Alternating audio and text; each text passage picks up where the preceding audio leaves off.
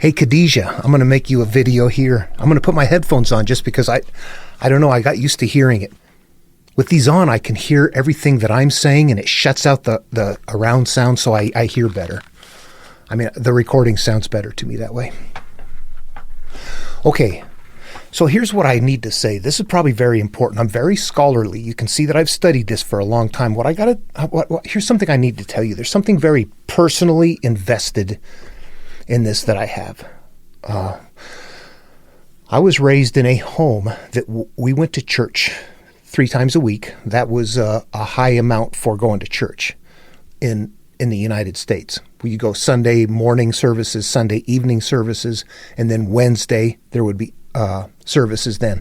As a boy, there was a youth activity called the Royal Rangers. It was kind of like scouts. We'd get together and you kind of learn about starting making campsites and, how to make a fire with one match and do stuff like that. Other activities. We'd memorize Bible verses. It was kind of a children thing, so you didn't just sit there have to listen to something. It was a little bit different. My brother and I, Larry, were 2 children from my mom's first marriage.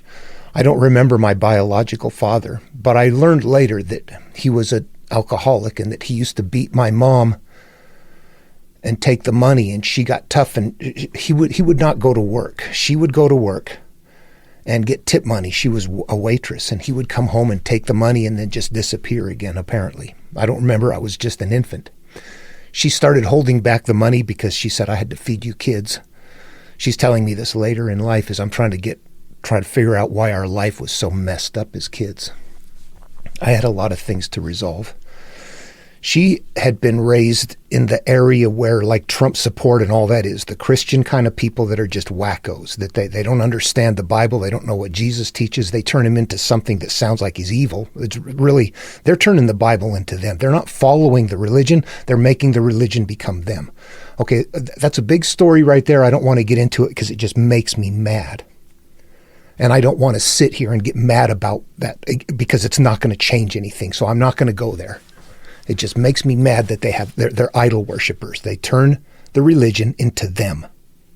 That is why there are thousands upon thousands of denominations. That's not a religion. That's a behavioral excuse there. Yeah. Okay. Jesus didn't teach what they do. They don't know what Jesus teaches. They don't follow the teachings of Jesus. They simply do what the church said. Just worship him as the Son of God and you're going to heaven. Bingo. They turned it into an idol worship religion right there and screwed it up. And like you said, yeah, the whole Father, Son, Holy Ghost, they turned Jesus into the Son of God, but then they also made it a trilogy, and it's like you know what? Islam didn't exist before then either. Yeah, I don't want to get into all of that, but it's like, no, there's one God. There's not 2 gods. There's not a God and a Son. There's not 3 gods. There's not a Father, Son, and a Holy Ghost, all of that. So that got settled back down. I'm going to show you some stuff in Genesis where it starts off. It's not a monotheism when it starts in Genesis. It sounds more like Babylonian stuff.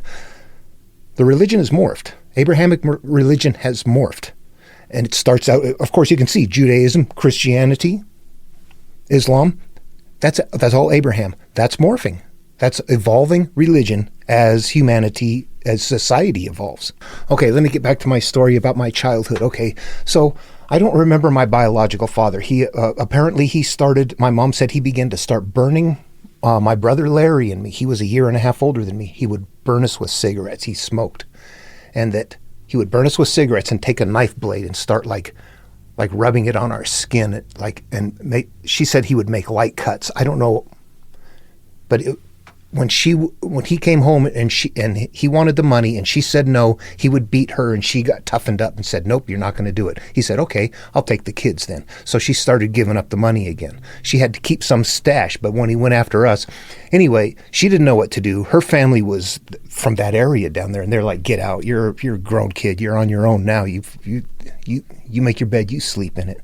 So she's like very young. She married him when she was 17 years old. She said that the family tried to get her out, that she was the oldest daughter in the family and they wanted her out. I don't know. These are things I'm telling you that my mom told me. My mother has passed away now. She aged and is gone. So I also want to add into this that I'm sequencing things from a big overview. I learned many things in life. Later on in life, as I'm trying to resolve things, and we'll get there. You'll see what I'm talking about.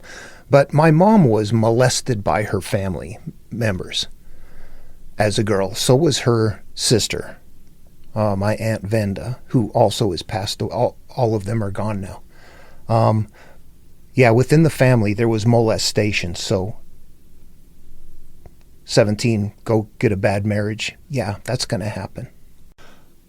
Mom, however, had her own problems. My uncle, actually, one of her brothers came over and visited us one day, and we were crying. She was at the door. He said, me and Larry had cigarette burns all over us, and he said, pack your bags, we're going. He just took her away. So Mom's a single mother with 2 kids for a short period of time, but she meets a new man who is a good man. His name is John Paulson, and he wants to take her out, and she says, I can't, I have a couple of kids. And he said, well, bring them along. Anyway, okay, I'll try to wrap this up. I don't want it to get too long. He turns out to be a very good force, but he's very quiet, very stoic, very in the background. Mom was raised in an environment, when she got old enough, she was being beaten, whipped, beaten, molested, beaten, whipped. At some point in time, with that unresolved, guess what happens? She didn't do the molesting, but she did the beating. And she would always say things like, I will never have girls. I will never have girls. I will. And as kids, there was 5 boys eventually, me and Larry, and then her and John had 3 more boys. And she would say that, and it was like, that was a weird thing. So it turns out later on, you figure out all that why. It's like, that's why. Okay, yeah, something was really not okay in her head. She would take belts or electrical cords. She would snap. Oh, first of all, we had to say, yes, ma'am, no, ma'am, yes, sir, no, sir, or it was disrespectful, and if you couldn't say what? Danny, what? What did you say? You had to say, yes, ma'am. So there was some Southern strict kind of thing going on there that was not, it didn't have to do with respect. It had to do with, you do this. You did it because you were told to do it, not because you wanted to do it. So there was something really backwards in this process, in this conditioning process. Honestly, it was complete training through negativity. When I look back on it, we were not taught right things to do. We were just beat when we did something wrong. And we didn't know it. That's how you learn. Oh, guess what? You just did something wrong. Boom. Yeah. That's why it gets backwards. But Mom started acting it out. She would take the belt or electrical cord and she would just go into a rage. It wasn't like a SWAT. She would just snap. We're doing normal kid stuff, probably fighting over who's pulling who in the wagon or something like that. And she would just get enough of it. This would happen about every month or so. It would trigger. She would snap. She would take a belt and just start wailing. That belt would wrap. We'd have welts on your chest, your thighs, your back, your butt. It would wrap around. She would hold you, and as you tried to run away, she would just be whipping you.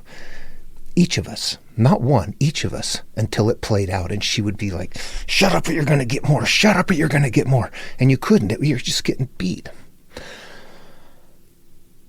I remember sitting on the bed as we're getting little boys lined up on the bed, and she's got whipping one of them on the other bed, and we're all lined up waiting for our turn. One gets done, could probably go sit in a closet on the linoleum floor or something to burn. It burned. Anyway, this went on and on. We went to church. All that was going on. Larry, one day, he's 11 years old. I'm 9. Here's some pictures of him. See him right there?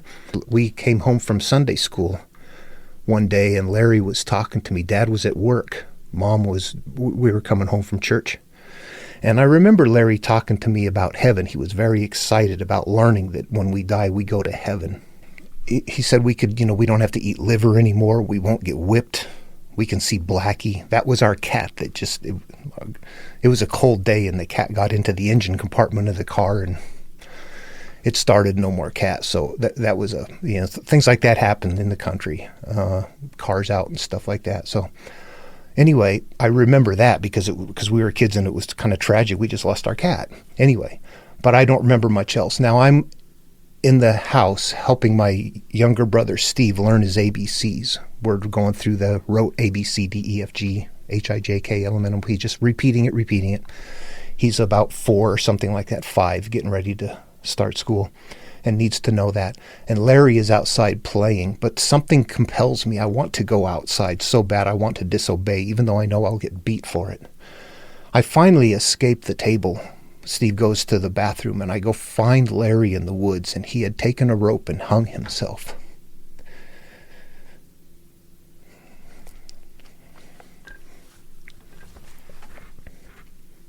So I had to run home. I couldn't untie the knot. I was panicking. I was just crying, Larry, don't. What are you doing?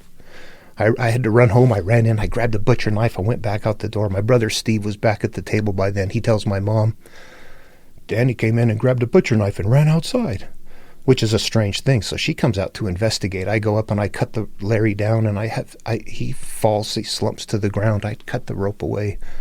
He wasn't breathing. I tried to give him mouth to mouth. I'm 9 years old, but in that Royal Ranger scout group, we had done first aid. It was one of the things. We never did that mouth to mouth, but I saw pictures of it, and I was like, okay, I have to breathe for him. So I didn't know what to do. I did not establish an airway. He had a crushed trachea. I couldn't get air into him.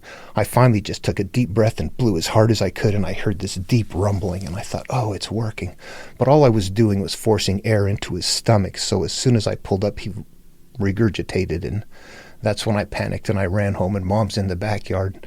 She's, Stephen said you came in and grabbed a knife. I told her, and anyway, so all that goes on. But what I want to say is that we went to church. We're getting beat. We're doing this. We are little children believing in God, believing in Jesus. We are praying our eyes out to please come and make this stop. Jesus, please come and God, please make Mom quit.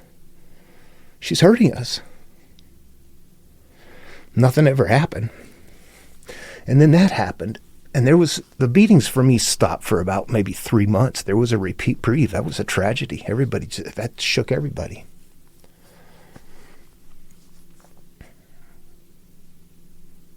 No matter what, it would be pretty tragic to have your son kill himself. It was described as an accident. But I know that it wasn't. I very specifically remember the police coming to investigate, my uncle sitting in the car with me, and the police talking to me. And despite me telling the story, they decided among them that he had been on a stump nearby and was trying to put the rope, like in a rope swing, under his arms, and he slipped off the stump and it fell and caught around his neck, and that it was an accident. When in all reality, the stump was too far away. And if he made a loop to go under his arms, it would have been bigger. And if it was a slip knot that cinched, then it would have been cinched away. I had to cut it away from his neck. So they changed the story to make it sound like an accident instead of a suicide. So the beating started again. And some of the things that, at some point, I'm telling Jesus and God, you know what? If you're there, I don't even care anymore. If I don't have answers. I don't know what's going on. I'm a little kid that's being hurt, being beat, losing my brother. He was my only safety net in that. It just got worse. The beatings began. I eventually ran away from home. I was living on the streets like a street urchin at about 15 and a half years old. I quit school and I did that. I was a smart kid, but life was not okay. Life was not okay. I was not being allowed. I was so controlled, and something was just wrong in the environment, but it was Mom acting out what she didn't have resolved.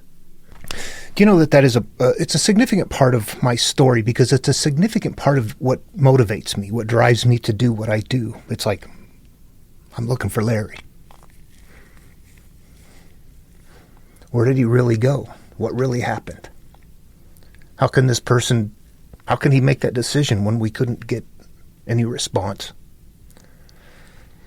Today, I will get people that are adult Christian from that same section down there that would hear things and say, oh, you know what? Yeah, you didn't do it right. You didn't believe properly. You must have had doubts. You didn't have a connection with God. You did it wrong. And that makes me so mad. And I found a way to escape that chain of events in this material, but it wasn't by believing in Jesus or God. And my opinion at this point in time is that I love humans, I love humanity, I love life. I want all life. I want good for all human beings, regardless of where they come from. I don't worship any God. But if any God is up there watching me and says, you know what, you're not good enough to make it because you're not worshiping me, then I don't want to be with that God. If that God needs my worship instead of my love and care for humanity, then I don't want to be with that God. Well, I don't need to get into my whole life history here. I need you to know, though, that that's where I'm coming from, and that as I'm looking through this material today, I no longer hold the Bible or the teachings or the religion or anything in contempt. I realized that it wasn't the Bible or the religion that really did that. The religion was a part of it, but that was humans. And Larry had a different brain type than mine. I know that. I have a unique, introverted, very compassionate kind of brain type. I sense a lot, and you probably do too. I mean, there are brain types like that out there. There are not that many, but he didn't have that kind of a brain type. He was more susceptible to believing that, and I was thinking, boy, I would not do something like that. I would never think, gee, I want to go to heaven. Why don't I just imagine what that takes? There was something there that I almost look at and go, if there's a God out there in secret, then God did that to send me on a path, and I better do something with it. I better do something with it. I better not let his death be in vain. All right, I still get the blubbering with that stuff, don't I? It's good for me to talk about it, to heal over it. It's okay. It's okay. It happened. It's a part of reality, and healing means accepting and learning to deal with it. So it's okay to talk about it from time to time and to let it be emotional. When you don't do that, you become what? My mom. You got to get it out. Yeah, I didn't do that with my children. I never spanked them. I never whipped them. I treated them so differently. I remember their mom coming to me sometime and saying, they will not go to bed. I wish you would help me. And I would go in there and say, girls, I'm disappointed in you. And the little girls would come crying, and they'd grab my leg. Well, I'm sorry, Daddy. I'd take them to bed and read a book. We had a different, completely, I learned exactly what not to do. But it was hard. And indeed, for me, life has been a path. I don't know if I have anywhere else to go, but I'm still working on the material and having fun with that. But along the path of life, I'm on my third marriage. And it's not because I'm somebody that needs to be married. It's because you're living life not knowing what's going on. You love people, you fall in love, and you get married, and you have the best intentions. And unbeknownst to you, you're on a path, and they're not. You don't know this. So over time, you realize, I don't fit here. What I believe, what I'm going after, what I'm looking for in life, how I function, how I think is changing. And this group and this person that I married is not changing. I cease to fit. And I can make a choice about whether or not I want to continue to grow or not. Staying there would mean you're not going to continue to grow the way you want to. You have to be free of it. You don't know that. You're just making decisions. You feel frustrated and feel like you're not free. You want to get free. And people, you realize you are with people whose values are values you can't live with, that you once had, but you're outgrowing. And the only way to leave them is to leave them. You have to. You have to leave those. So anyway, but now my wife is from Malaysia. She's a Muslim. She helps me a lot. She's been the most wonderful creature ever in my life. I have had some very deep things hidden, memories that were unresolved, that if they came to my mind, they'd make me cry. She allowed me to access those, to get to them, to talk them out, and understood, whether she understood what I was doing or not, she understood that I was doing something that was necessary and that I needed her as a sounding board, and she allowed me to just talk about everything. I'm recently retired. She's still got a few years left to go. So she doesn't have to work, but she just doesn't want to stay at home and do nothing. So she still works at a local restaurant out here. And she has regular customers come in to see her just to have her wait on them. They love her, and to take meals with her and things like that. She's so kind and so positive, and it's a wonderful thing. She's Muslim. And her family, when she left there to marry me, they told her goodbye. Goodbye. Don't contact us anymore. So they stepped out of her life because she married me. Those are the kind of things that, though I understand, I mean, how many people in the world don't get the opportunity to proceed anyway? Cultural and religious differences can be difficult on humans that are good people, that don't care. It's like, what race are we? We're the human race. Can we get there? Okay, so that should be it for this video. I think what the emphasis here is that I not only do I not worship any God, but I want people to understand where I'm coming from, what I'm about, and why I say and do and feel like I do. I really feel like if there is truly a God out there, that God is not concerned with my worship, that God is concerned with my conduct, my mind, my intention, who and what I am. If I was a God creating, and I'll just pretend for a second, I know that's ridiculous, but if I was somehow creating, what would my interest be? Would I look at them and say, I need all of you people worshiping me in order for you to be worthy of me? Or would I look and say, can you guys get along? Who among you can take care of each other? Who of you are the cancer and who of you are the caregivers? I would want to hang out with the caregivers, the people that think like I do, not the people that just worship me.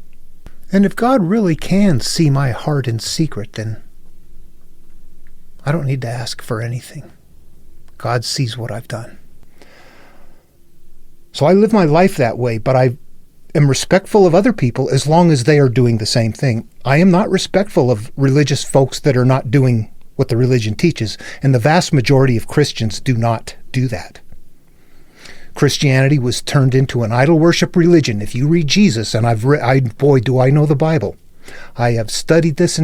I've got over 500 videos up analyzing all of this material from antiquity. Just look through the content. It's like, oh my gosh, yeah, I am into this. And nowhere in there does Jesus say, just worship me and I got this for you. Nowhere. He lays out a laundry list of things to do. He's got sermons that he teaches with encoded messages that need to be understood. Paul is the Roman. They give him a big title. But honestly, Paul is the one that said, just worship him. As long as you understand he was born to a virgin, died for your sins, died on the cross, and died and was risen and to save you from your sins. If you accept that, then you're going to heaven. And Paul never met Jesus. It's much after the fact. So what Paul said was that he met Jesus in a vision, and that Jesus told him, and then almost all the rest of the New Testament is from Paul, most of it. From a vision from Jesus. So, blessed are the poor in spirit, for theirs is the kingdom of heaven, is his first teaching in the Sermon on the Mount. The Jesus teaching. Blessed are the poor in spirit. What is a spirit? That's what I'm living through. Poor, for yours is the kingdom of God. The happiness that I seek is when I find a way to become devoid of my childhood experiences and my judgments. I have to find a way to heal. I have to find a way to understand that I'm part of a system and that I'm higher than that I live through my memories, and that wherever I come from is what I got. If you come from a place where it's fine, you live fine. If you come from a place where it's not okay, you have choices to make. And many people don't make choices. I was fortunate. I was a very, very lucky person in life to learn what I have learned and to find what I've found and to have my experiences.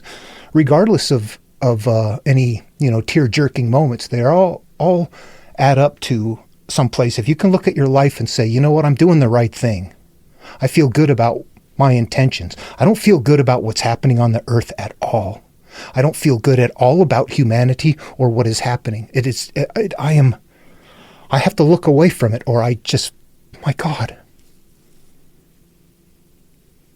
When the lion has the baby gazelle and is using and the baby gazelle it can do nothing. It's just standing there. It can't even run. And the lion's trying to use it for bait to bring in other animals. That's what I feel like right now. I feel like that gazelle that's just stuck there going, there's nothing I can do. I don't like the feel of that. So I think people should work at what makes them feel okay. I have been perhaps cursed in some ways by being sent on a path where it's like, I don't believe what anybody tells me anymore. I'm going to go look for myself. To that end, I have found the commonality in the stories. Well, I need to wrap this up. I don't need to go down that road. The global climate is not okay. I know. I am not okay with it. I'm not driving this. I hate it. But for now, let's just try to touch bases. And yeah, I don't see anything intervening here. Just like when I was a kid, nothing intervened for me. And I believe if something happens and if there's a God out there, then I'm okay. I'm not going to be divisive in any way on this earth. I don't think that's the right thing. And you know what? I didn't mean exactly that right there. I am obviously divisive if I have a problem with what's going on. What I mean is I don't want to be divisive against you.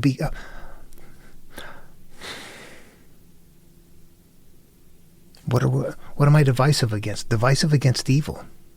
That's it. It doesn't matter where it comes from. You're divisive against ignorance and selfishness and its capacity and strength to hurt and dominate innocent others. Yeah, that's what I don't like. I think religions are local, and wherever you come from is what you grew up with and what you believe. If you were born somewhere else, you'd believe something else. We got to understand some things. We got to get bigger than ourselves, our religions. We can. But not many. Well, anyway. All right. I need to end this on a happy note somehow. I don't know.